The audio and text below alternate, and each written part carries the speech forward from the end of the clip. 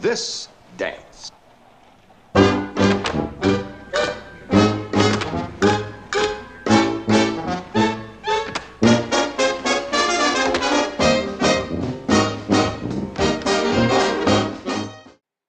The period of the jazz age started to popularize in the 1920s, shortly after World War I and during the Great Depression in 1929. It formed a new musical tune that brought different communities together at a time of despair. Jazz got its roots from an ethnic clustering of African American communities in New Orleans as it was merging from the blues and ragtime music in the 19th and 20th century. We also see the rising of flappers, dancers. The 1920s were seen as the Roaring Twenties, where jazz ignited a cultural excitement to the people in America.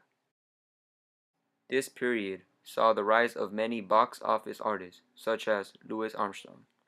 Born and raised in New Orleans, during the 1920s, he was an inventive trumpeter and cornet player, becoming the fundamentalist influence of jazz. As a result, he shifted his music focus from collective improvisation to solo performances influencing many. As a child, Armstrong saw himself in trouble quite often. For example, he was placed in a home for juvenile delinquents, but a positive outcome was that he learned to play music at this home. Driven to help out his mom and sister at a young age, he began picking up odd jobs, leading him to drop out of school after 5th grade.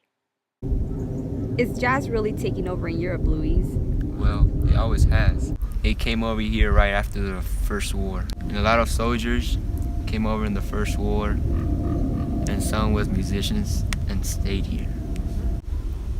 Has jazz made a lot of friends for the United States? I think so. American music, when it came over here, was highly appreciated. Yeah, highly appreciated. Can you give us a little something? Sure.